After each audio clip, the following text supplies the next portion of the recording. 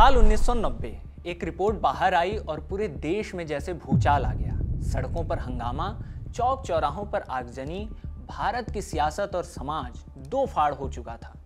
वजह थी एक नाम, मंडल कमीशन की रिपोर्ट। इस एक रिपोर्ट ने भारत की सत्ता और समाज के सारे समीकरण बदल दिए थे।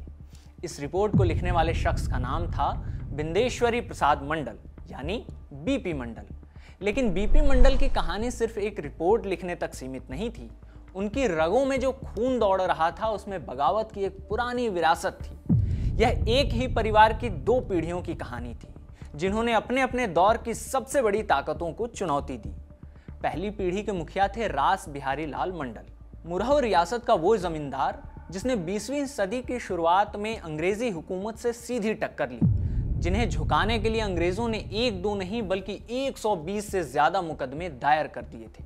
और फिर अगली पीढ़ी में आए उनके बेटे बीपी मंडल, जिन्होंने आजादी के बाद देश के अपने ही सामाजिक ताने बाने को चुनौती दे डाली। ये दोनों लोग जिस रियासत से बिलोंग करते थे उसका नाम था मुरहू स्टेट।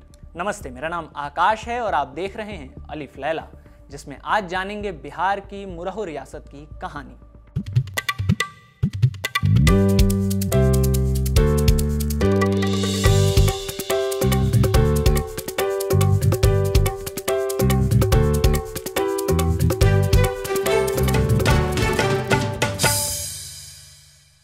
इस कहानी को पूरी तरह समझने के लिए हमें वक्त में थोड़ा पीछे चलना होगा, उस दौर में जब मुगल सल्तनत की पकड़ ढीली पड़ रही थी और ईस्ट इंडिया कंपनी अपनी जड़ें जमा रही थी।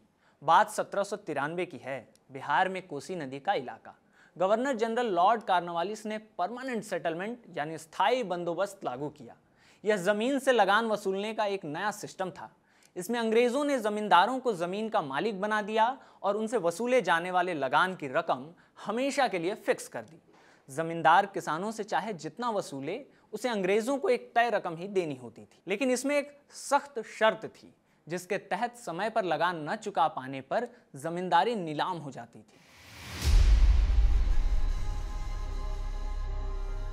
इसी दौर में मुरहू स्टेट को एक औपचारिक जमींदारी का दर्जा मिला, जिसका रकबा लगभग 8000 बीघा था। इस जमींदारी की बुनियाद बाबू पंचानन मंडल ने रखी थी।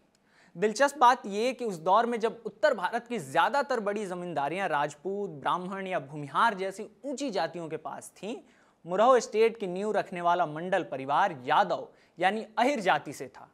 यह उस समय के सामाजिक ढांचे के हिसाब से एक बहुत बड़ी बात थी। इस परिवार की एक और बात इसे सबसे अलग करती थी, औरतों का सम्मान। मुरहू परिवार में बेटियों को संपत्ति में हक देने की एक मजबूत परंपरा थी। इसकी सबसे बड़ी मिसाल तब देखने को मिली जब जमींदार बाबू रघुवर दयाल मंडल का कम उम्र में निधन हो गया। उनका बेटा रास बिहारी उस वक्त नाबालिग था। हिस्सा लेने के लिए कई दावेदार खड़े हो गए। ऐसे मुश्किल वक्त में रियासत को बचाने के लिए आगे आई रास बिहारी की दादी। वो कलकत्ता गईं, अंग्रेज अफसरों से गुहार लगाई। अगले 2 साल तक उन्होंने खुद जमींदारी संभाली। वो कोसी के बाढ़ प्रभावित इलाकों में हाथी पर बैठकर दौरा करती थीं और रियासत का काम देखती थीं। इसी परवरिश का नतीजा थे रास बिहारी लाल मंडल, जिनका जन्म 1866 में हुआ।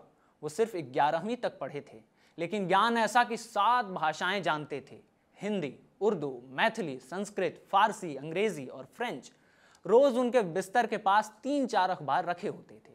उन्होंने अपनी रियासत में दहेज और जातिगत भेदभाव जैसी सामाजिक कुरीतियों का खुलकर विरोध किया। लेकिन रास बिहारी का असल कद तब सामने आया जब उनका सामना अंग्रेजी हुकूमत से हुआ। किस्सा मशहूर है कि भागलपुर के अंग्रेज कलेक्टर मिस्टर एफ लॉयल ने जब जबरदस्ती जमीन हथियाने की कोशिश की तो रास बिहारी उसके खिलाफ कलकत्ता हाईकोर्ट पहुंच गए। लॉयल ने उन्हें तोड़ने के लिए उन पर 120 से ज्यादा मुकदमे दायर कर दिए, लेकिन रास बिहारी ने हार नहीं मानी। कहते हैं कि देश में अग्रिम जमानत यानी एंटीसिपेटरी बेल का पहला आदेश कलकत्ता हाई कोर्ट ने रास बिहारी के ही एक मामले में दिया था, जिस पर उस समय के मशहूर अखबार अमृत बाजार पत्रिका ने संपादकीय भी लिखा था। उनकी दिलेरी के किस्से दरभंगा के महाराज तक पहुंचे। उन्होंने रास बिहारी को मिथिला का शेर की उपाधि दी और अपने राज दरबार में अपने बराबर बैठाने का सम्मान दिया। दिलचस्प बात यह है कि बाबू रास बिहारी के राष्ट्रवादी और बागी तेवरों के बावजूद अंग्रेज उनकी अहमियत समझते थे। इसीलिए 1911 में किंग जॉर्ज पंचम के राज्याभिषेक के लिए हुए दिल्ली दरबार में उन्हें खास तौर पर आमंत्रित किया गया। रास बिहारी की सक्रियता सिर्फ राजनीति तक सीमित नहीं थी। जब 1905 में अंग्रेजों ने बंगाल का विभाजन किया तो उन्होंने भारत माता का संदेश नाम की एक राष्ट्रवादी किताब लिखी, जिसने उस इलाके में आज़ादी के आंदोलन की आग को और भड़का दिया। वो बिहार में इंडियन नेशनल कांग्रेस के संस्थापक सदस्यों में से एक थे। उन्होंने अपने समाज को संगठित करने के लिए भी काम किया। मुरहू स्टेट के वर्तमान वारिस और रास बिहारी लाल मंडल के प्रपौत्र डॉक्टर सूरज मंडल बताते हैं कि बाबू रास बिहारी ने यादव समाज को जनेऊ पहनने के लिए प्रोत्साहित किया। ये उस दौर में एक बहुत बड़ा क्रांतिकारी कदम था, क्योंकि जनेऊ पहनने का हक सिर्फ ऊंची जातियों को ही था। इसका भारी विरोध हुआ। दरभंगा में तो जनेऊ पहनने वाले यादवों को दागा तक गया, लेकिन रास बिहारी पीछे नहीं हटे। दिसंबर 1911 में उन्होंने मुरहू में गोप जातीय महासभा का एक विशाल आयोजन किया। यह पूर्वी भारत में यादवों का पहला बड़ा सम्मेलन माना जाता है। 26 अगस्त 1918 बनारस में रास बिहारी लाल मंडल ने अपनी आखिरी सांसें ली। उनके 3 बेटे थे। पिता की मृत्यु के बाद जमींदारी की देखरेख की जिम्मेदारी उनके सबसे बड़े बेटे बाबू भुवनेश्वरी प्रसाद मंडल के कंधों पर आ गई। उन्होंने राजनीति में कदम रखा और 1924 में बिहार उड़ीसा विधान परिषद के सदस्य चुने गए।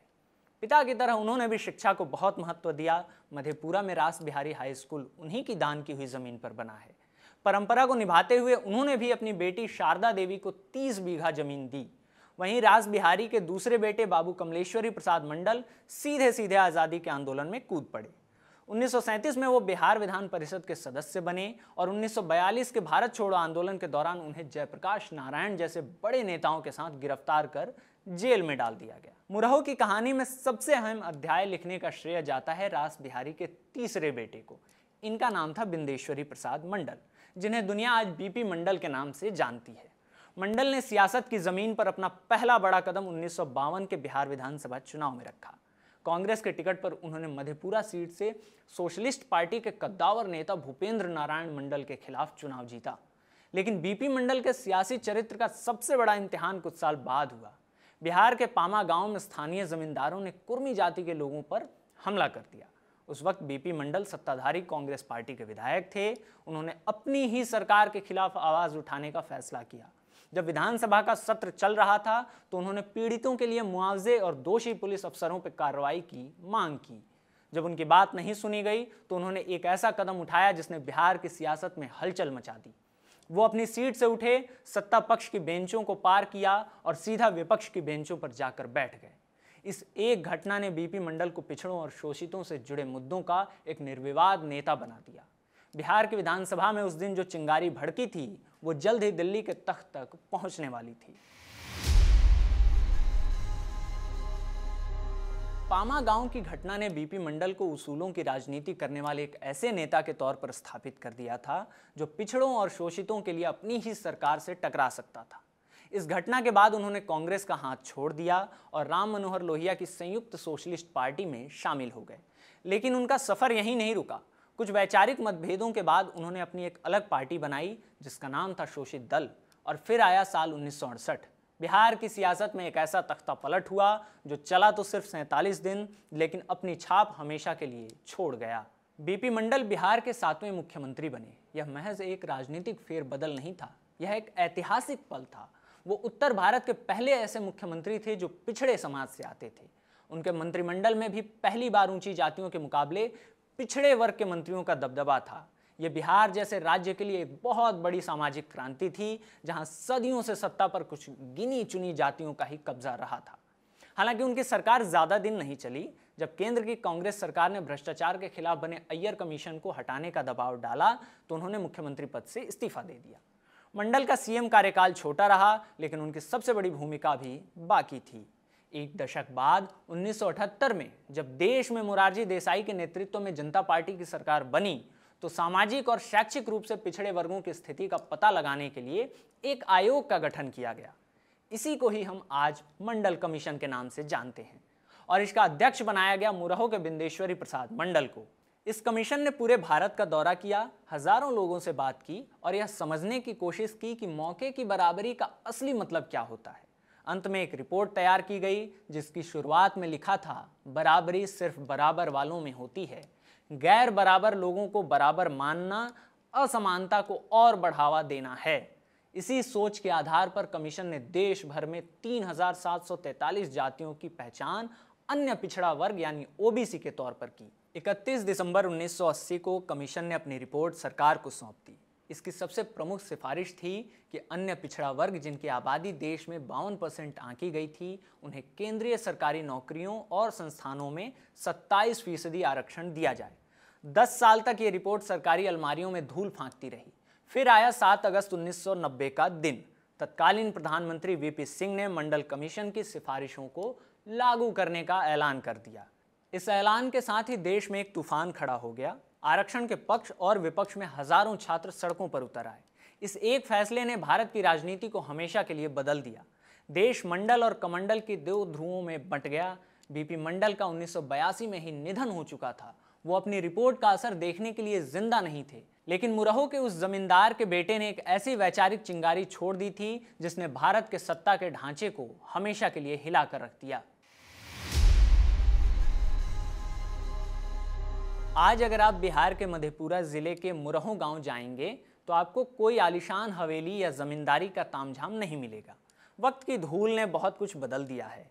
वो हवेली जहां कभी रियासत के फैसले होते थे, अब एक खंडहर में तब्दील हो चुकी है।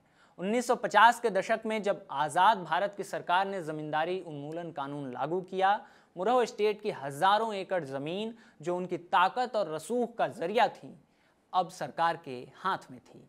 कानूनी तौर पर जमींदारी खत्म हो गई, लगान आना बंद हो गया, हवेली की रौनक फीकी पड़ गई। हालांकि मुरहू की असली विरासत जमीन या इमारतों में नहीं, बल्कि उस सोच में थी जो उसने पैदा की। आज भी मधेपुरा के इलाके को मंडल की धरती के रूप में जाना जाता है। ये वही जमीन है जिसने बाद में लालू प्रसाद यादव और शरद यादव जैसे नेताओं की सामाजिक न्याय की राजनीति के लिए एक मजबूत आधार तैयार किया। मुरहू की कहानी आज भी उस इलाके के लोकगीतों और कहावतों में जिंदा है। वहाँ के बड़े बुजुर्ग आज भी रास बिहारी लाल मंडल के किस्से सुनाते हैं कि कैसे उन्होंने अंग्रेजों को अदालत में हराया था। वहाँ एक कहावत मशहूर है, जब मुरहू गिरा तब सबके भाग जागे, जो मजाक में ही सही लेकिन बताती है कि जमींदारी के खत्म होने से आम किसानों को जमीन का हक मिला। आज मुरहू गांव भी उन्हीं समस्याओं से जूझ रहा है जिनसे बिहार के हजारों गांव जूझते हैं। कोसी नदी की बाढ़, गरीबी और रोजगार के लिए युवाओं का पलायन। लेकिन गांव के लोगों में अपने इतिहास को लेकर एक गर्व का भाव है। वो गर्व से बताते हैं कि ये वही गांव है जिसने एक ऐसा मुख्यमंत्री दिया जिसकी एक रिपोर्ट ने पूरे देश की राजनीति बदल दी। तो ये थी कहानी मुरहू स्टेट की। कमेंट बॉक्स में अपनी राय बताइएगा। इस स्क्रिप्ट को लिखा था कमल भट्ट ने, कैमरे के पीछे इसे रिकॉर्ड किया है निवेदिता ने, उनकी मदद की सर्वेश ने। शुक्रिया।